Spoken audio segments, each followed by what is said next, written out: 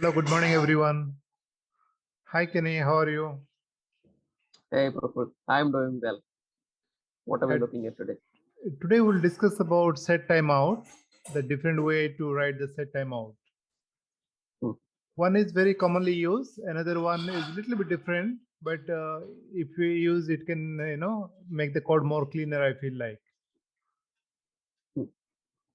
so. In the first line, we have defined a function, the shortened syntax of a particular function.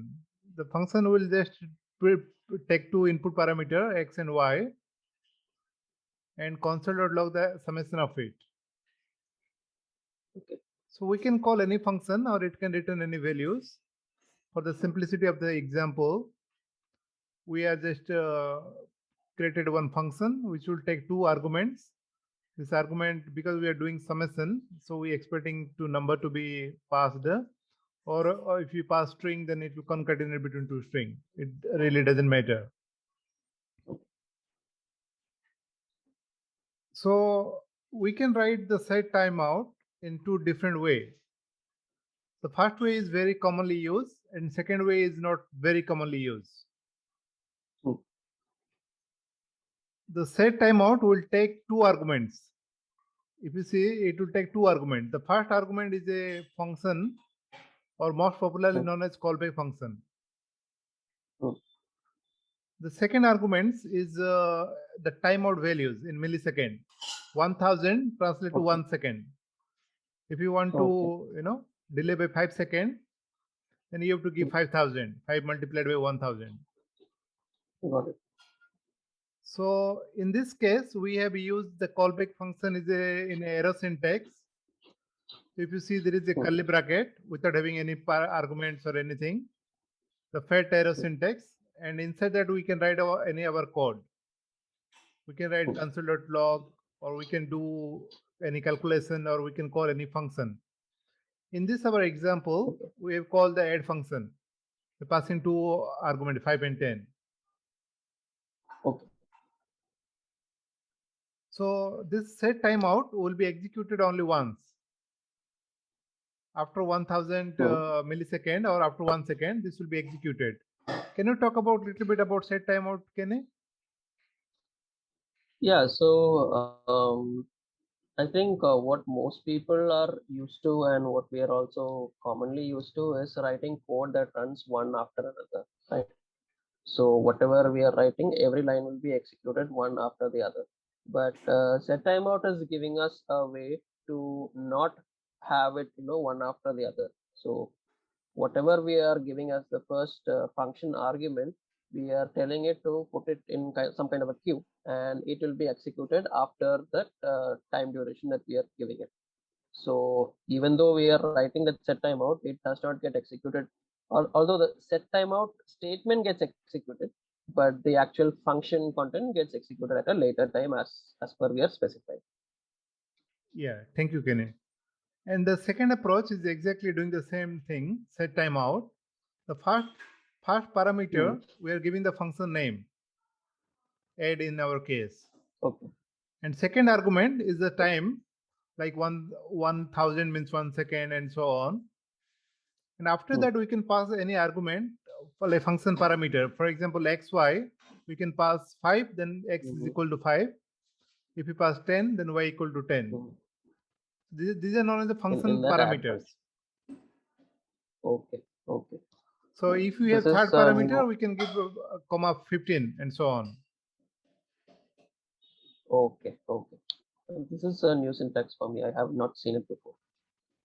Yeah, this looks much more elegant, but it will behave exactly same way as this. But if you can see, it reduce lots of brackets and fat arrow, callback function, and so on. This code is Hmm. much Hmm. more Yeah. cleaner. It can be used, no problem.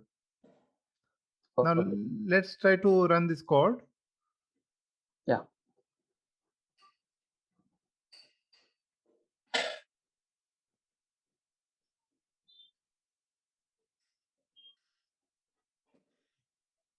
See, this one is the tool generated.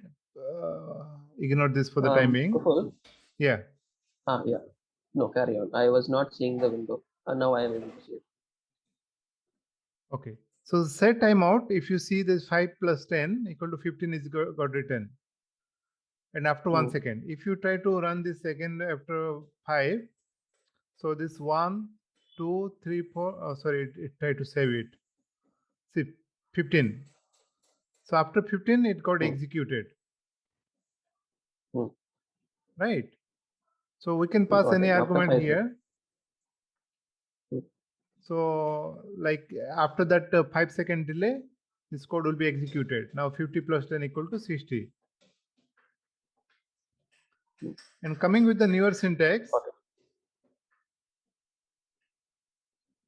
we can pass the function name first argument, then we can give the delay.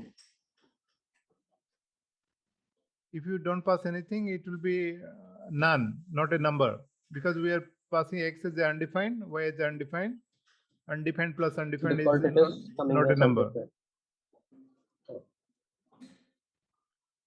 If you pass 1, x will become 1, but y become undefined. Then 1 plus undefined is not a number.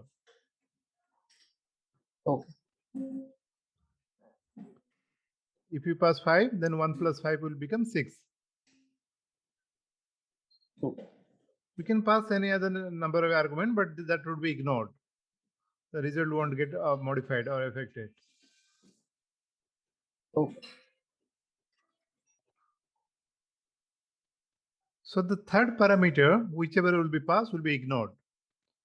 But if you see this this callback function will be executed. But if you try to put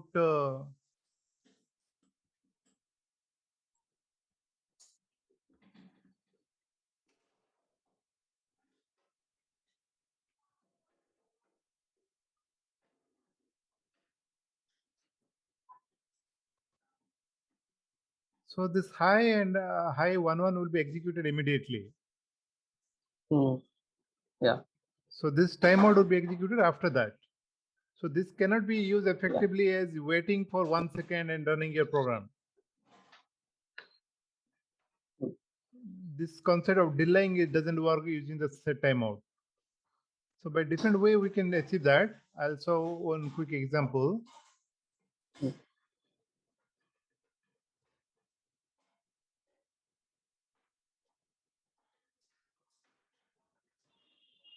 We might need an async function around that code. Yeah, I was thinking.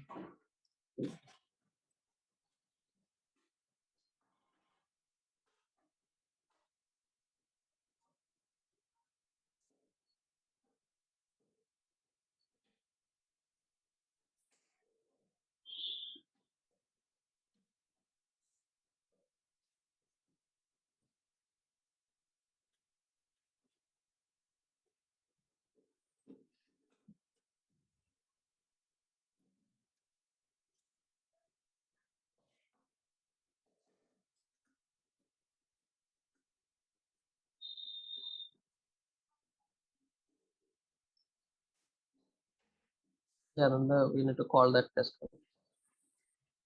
Okay. I was thinking why it is not running.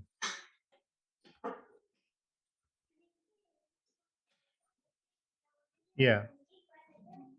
So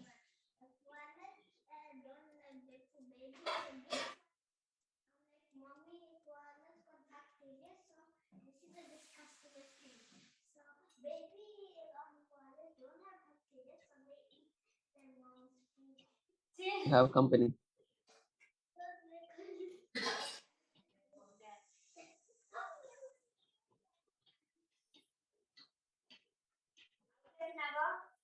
okay. So if you see here, this high got printed and we put some delay. So the delay is visible here. If you see this again execution, this high is printed fast and there is a delay of 15 seconds, which is a second 1 second. Let us increase it to 10 seconds. So high, there is a 10-second delay. Then this code will execute sequentially. If you want to put some delay here, this approach can be used. Kelly, do you want to explain a little bit async and promise? And we'll elaborately discuss in future, but just to give a idea about what's going on under the hood. Yeah, and it's not something that it might click on the first time, because even for me, I had to look at it in different contexts and learn a lot about this to actually grasp what is happening with this promise and async await. But once you understand it, it's like a very straightforward thing that we do. So the concept of promise is that we are saying that, or we are promising that there will be some kind of a value at a future time. And what we are doing is we are returning some object which is a promise object immediately. So when we are creating a promise and all, it works well with the sequential code. But under the hood, this promise is something that will either resolve or reject in the future, sometime in the future. So that is what we are seeing, that the profile is using that resolve to in the set timeout to say that that promise is resolved. Um, and when we look at this promise based code, you might see a lot of callbacks, and it is a different looking kind of a code, and it is not very straightforward like our usual synchronous code. Like, we have one statement, the next statement after each other. But this promise, or this asynchronous callback style is like you have a function callback, and within that you have to write the next code, and so it gets a little difficult to read also. So in order to make that a little more easier, and so that we are able to have both the power of the promise in terms of the asynchronous code, as well as the visibility or the readability of a normal synchronous code, that is where this async and await happens, or it helps us out. So um, so the idea is an async function. So when you have a function, you can mark it as async. So what that tells JavaScript is that this function will return a promise internally. And JavaScript will make sure that it is waiting for the promise, and ensuring that the value is returned correctly. And within that async function, wherever we are encountering a promise, we can just put the await keyword before that promise. So what will happen is JavaScript will essentially wait until that particular promise is resolved or rejected.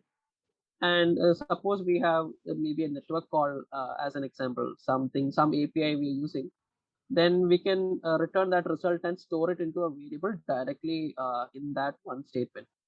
So then the remaining statements, we can continue to use that variable, and we can do some operation on it. That is like an normal use case.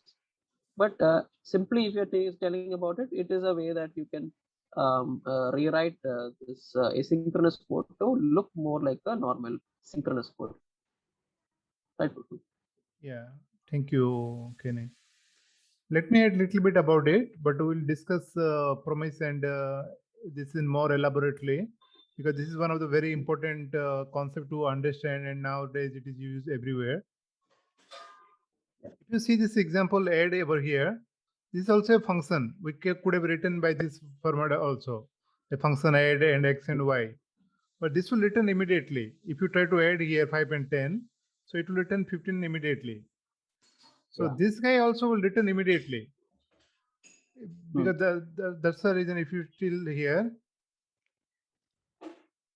see this, it is returning, but it won't return that result that immediately. It will return one different object, and that different object is known as promise. And for this await, it will wait till that object will return some value to it. Either it will fail or it will return some saying that it is success. Then only the control will go to this flow. So await, you can't use a normal function. To use await, you need to use async also.